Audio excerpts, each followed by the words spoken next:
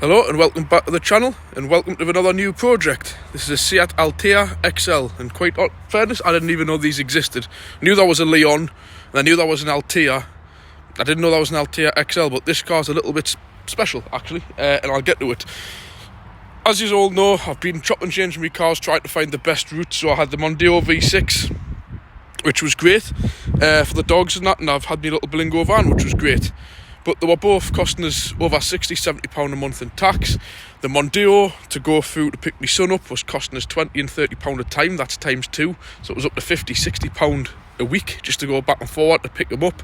And obviously the van come in handy, but then obviously you lose all the things like your cruise control, heated seats, blah de blah, all that kind of nice stuff the Mondeo had. So I thought, well, this is ridiculous, taxing two cars, you know, I'm to pay for maintenance on two vehicles, so I may as well cut them down and go to one. But that really wasn't my plan until I seen this car for sale. And then when I did see it for sale, I thought, well, what options have I got? So I thought, well, hey ho, just buy it. And at the minute, the sales for little vans and estate cars are big. So the Mondeo, within minutes of putting it up for sale, somebody round the doors come along and bought it.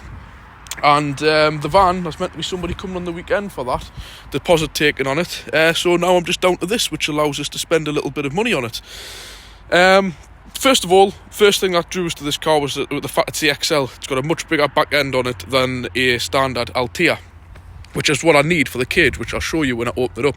But I love the front end of the Leons, and this more or less is a Seat Leon, just with a bigger body on it, a Golf, basically, and I think they look cracking. A few little things, we'll get on to the point of the car now. First of all, it's a 10-plate car, so it's nice and new. Very quirky looking. I'm not a big fan of VAG cars. I really don't like them, actually. I find Volkswagens very, very boring.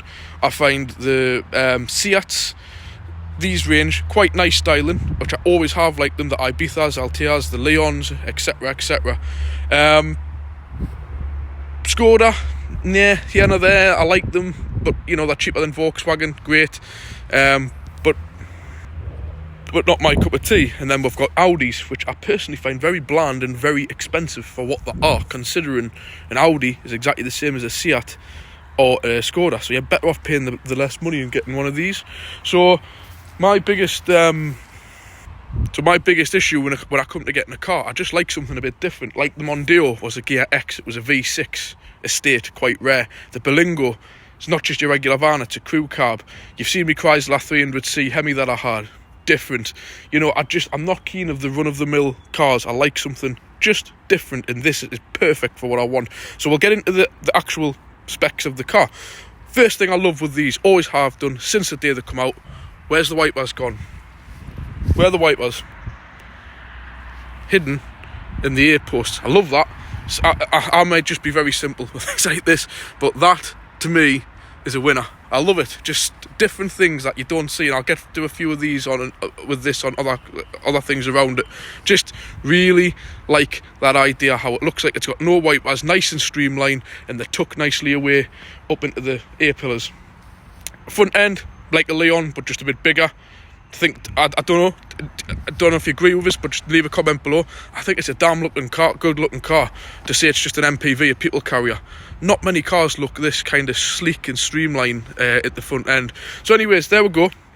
I'm going to save a few bits till the end on this and what I'm going to do to it, but we'll just have a brief walk around. So obviously perfect again, tinted windows for the dogs, need that, great. Nice chrome roof rails. I'm going to be taking that badge off, hopefully there's not a mark underneath of it. Just little things. I know all the Volkswagens have this, but I love the way that's your handle for opening them up. Brand new exhaust on it. First thing I seen with this car was a tow bar, and I thought, not good. What's it been howking about? But as it happens, the towing electrics aren't even wired in. The guy's just been using a tiny little garden trailer, a tiny one, to get firewood and stuff, I believe, or something like that, or taking stuff to the tip. So he didn't even need to wire the lights in, because you could see the main lights. And he had the tow bar fitted, so it has actually basically towed nothing. Perfect for my bike rack carrier. And as you know, I've got my caravan. If the Mercedes ever packs in, this will tow it. So yeah, I'm going to get rid of that. Like I've said, brand new exhaust, brand new rear tyres, brand new rear discs and pads, brand new calipers, brand new handbrake cables, brand new rear springs, brand new shock absorbers, full MOT, bar, yeah, probably like 11.5 months. Cam belt done at the beginning of this year, about March time, so that doesn't need done. Full service done in March again this year, and then another full service done just in October and November. I think it's done about 2,000 mile since it had a full oil, air, fuel, pollen filter done, so that doesn't need done. So straight away I was like, wow, what's the catch here, you know? I was thinking this is too good to be true. But again, I love the back end. The normal Alteas just have the little piece here. I quite like how you've got your two lights, which make up 4 on the back, just different. As you can see, like there, Altea XL. But again, the main thing is I can fit the dog cage in long ways, so I've still got a boot and space for me fully grown Springer and space for the pup. I've had to do a little alteration on the seat, and as you can see here, a lot of people went, ooh, that's sticking out the car, that's going to cause damage. It isn't, because it goes into this recess, so that's fantastic. I'm really over the moon at that. I am going to get this taken off. I just hope there's not a mark underneath of it. So that's that. I did think this would be a 7-seater, but it isn't. But I'm not bothered because it would have the cage in it anyway. This back wiper, some of the dodgy's going on with the actual blade inside of the arm. I'm going to have a look into that. I've got a new wiper ordered for it. No AdBlue, none of that crap on this one, so that's great. Into the back, loads of space. Electric rear windows, the blinds as well. This one's unfortunately probably broken or missing, but it's that side I would want for the little one, but they're tinted windows anyway. But that's all I've had to do with the seats, just tip them slightly forward. Doesn't affect the car seat. Very few people would sit in the middle, and that's there for my partner if she wants to sit in the back with the little one, which is at the normal space. 12 volt at the back, proper original Seat mats in it, loads of storage everywhere. I'll just get round to here to the door with the blind on, tinted window and blinds built into the door, really like that. Quick look at the passenger side.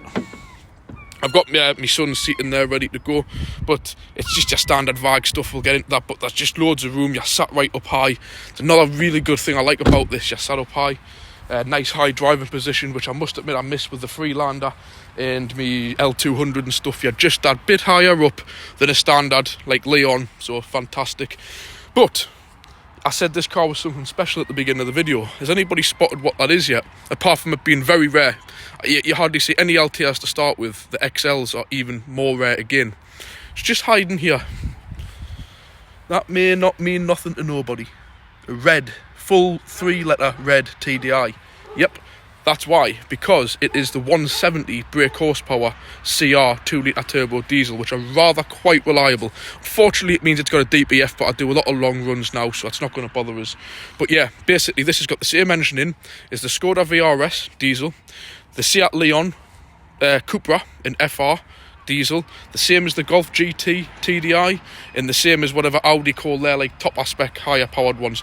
But these can be remapped to well over 200 brake horsepower, no problem. And I'm sure this thing has, because it is absolutely insane. Trust us, I've had some fast cars. This is just an animal. I mean, it was spinning the wheels in third gear. I'll get to the tyres in a minute, but it is just insane. And I've never had a car move as quick as this thing. The torque is just unbelievable. So yeah, basically this has got the same engine in as like all of the top end cars, and I'm thinking about getting it remapped and getting the EGR valve just switched off, because they're a right nightmare of a job to do on these. So I'm thinking about getting that deactivated and getting the remap done. You might think I'm bonkers, but hey ho. On to the bad bits. Not many actually. He hit a deer, the guy, he was honest with us, so it's a little bit out of line here. And I think there's a mark somewhere around here, there. But do I care? Not at all. Not bothered in the slightest. He said the aircon doesn't, the compressor doesn't kick in, but the condenser is, the system is holding gas. We'll see in the summer.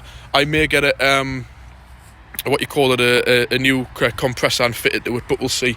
And really the only other issue is all had a brand new spring at the front for the MOT, but the front tyres are getting very near the limits. These are snow tyres, and even though they're getting low, it still manages to spin these tyres. It is unbelievable. So I'm going to get 2 new tyres on the front. And he said that the front pads on the MOT were advised that they're getting low. I've already got the pads, but I'm going to inspect the discs when I've got the wheels off and the pads out, and I'll stick the discs on if required, because it really doesn't need a great deal else spent on this car, it doesn't. Little bit of scabbing on the wing, as usual. I'm going to leave this side and put some grease behind it, but the other side, very minor. I've already bought a touch-up pen. I'm going to just scrape those back, get some cure rust on them, and then paint them with the touch-up, and get behind here. There's a sponge behind here which carries moisture. Get that ripped out and spray some grease in the inside of that just to keep it at bay. But that is very good for one of these. Back arches, thankfully, perfect. Because bearing in mind, if they get bad, you just unbolt the wing. It's no big deal. I want to cover for this tow bar, and I'll get it wired in. But nothing on the rear arches. It's in very good condition, this car. So what am I going to do to it? And by the way, that bumper looks like a different colour. It actually isn't. It's like a pearlescent-y kind of paint colour. It does it on the front one as well. I had this with a previous car. It comes out strange on camera, but you're just little things I pick up on when I know a car's been looked after. You know, it's had these put on for being in the garage. It's been garaged. It's in brilliant condition underneath. But what am I going to do to it? Tyres, possibly discs, front pads. I'm going to spray some protection underneath, which you've seen us do on other cars. And I'm going to assess the oil quality. I'll be honest with you, and I apologise to the guy who I bought the car off. I said I wasn't going to, but I'm a right fanny. I don't know what oil that's been used in it. I don't know what quality filters have been used in it, so I'm going to whip the air filter out because it's the easiest. If it's a good quality one, I'll leave everything else alone. If it isn't, I'm just going to jump straight in, do an oil and filter change, air filter change, fuel filter change, and pollen filter change. It's cost me next to nothing for the parts. I'll do it in my own time. So that's what I'll do. And what else do I need? Oh, it's only got one key, but I've spoken to my key specialist. He's going to sort us out. All I want is just a basic key, not a remote one that'll just, if I lose it, it'll open the door with the chip in and it'll start the engine. That's all I want. So we'll jump inside and we'll have a look. I'll not bother going under the bonnet because I'm going to be doing some videos of work I do to the car. I love the interior in here. It's very modern. The only thing I don't like, I will admit, is there's a lot of faffing about in here for the radio. I don't like that at all. But it's got all of the modern dashboard on, out of basically the much newer versions of these.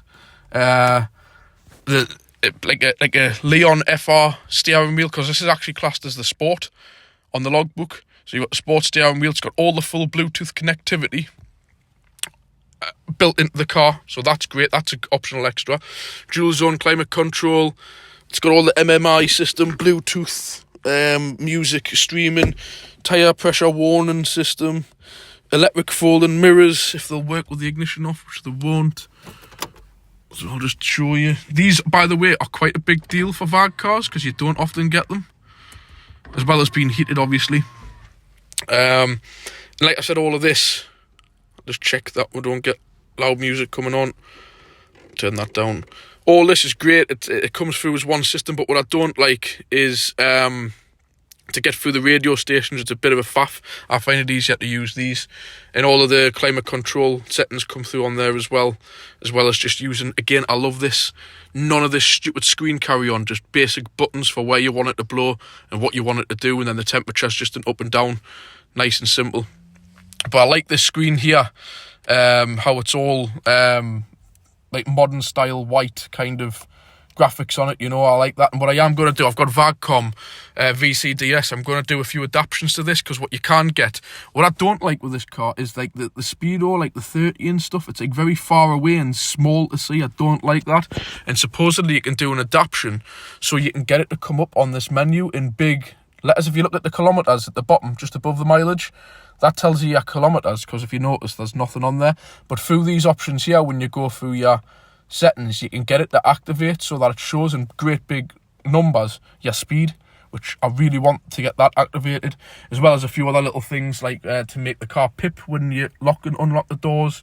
What else was I wanting to do to it? Turn by turn fog lights, so when you turn left and right, it's like the cornering lights. And the other one is where when you put your main beam on, it also activates the front fog lights as well. A few other little things which I will do separate videos on those. And 160,000 miles, but the service history is absolutely mind-blowing on this car. There's been no expense spared. It's fantastic. Love it. So, you know, I'm really over the moon with this. Again, my favourite thing, cruise control. I've already done videos on top-end Scirocco's and everything, and they don't have this. Cruise control, love it, got that. I'll be even happier when I get a bigger speedo display, because if you can just look here, I don't know how good the camera's focused in, but it's really like too far away to see. I'm not keen. I really want to get the speedo readout on there. A few little things it's lacking, weirdly. Auto dipped in mirror hasn't got, but it's got a tinted back window. Automatic wipers hasn't got, and automatic lights. But to be quite honest, the automatic wipers are nothing but a pain in the arse sometimes. They don't work how you want them to work and when you want them to work. Same with the lights. I like to be in control of them. But I do like a dipped in mirror, but with a tinted window at the back, it's not too bad. But as you can imagine, airbags all over the place. And I love them wipers being tucked away in there. It's just so neat. Like nothing in the way at the bottom of the screen. And obviously when you... Again, I've got new wiper blades to go on. They're quite expensive. They're nearly 30 quid. But I want them on because I'm a fanny when it comes to wipers. 4 electric windows. Just the usual kind of stuff. Your front and rear fogs. Your dashboard dip and dim. And headlights adjustment. As well as all of this. I'll go better through this when I get some work done on the car, but I will video record doing quite a lot of the work on it. So tell us what you think. What do you think of the colour? I really like it, actually. I didn't take to it at first, but I do like it. So let us know what you think. Leave a comment below. Do you think I'm crazy selling the Mondeo on the van for this? Or do you think it's a good pick? Let us know. Thanks for watching. Remember, a lot of me people who have met me, the regulars who watch aren't subscribed, hit the subscribe button. It's totally free. It helps me with my channel. And, you know, if you've got a comment to leave, feel free. When I get time, I'll reply to you. Hit the like button, share with your friends. You know, everything's much appreciated. You know, I do this for you guys. So, thanks for watching. Catch you in another video. Bye.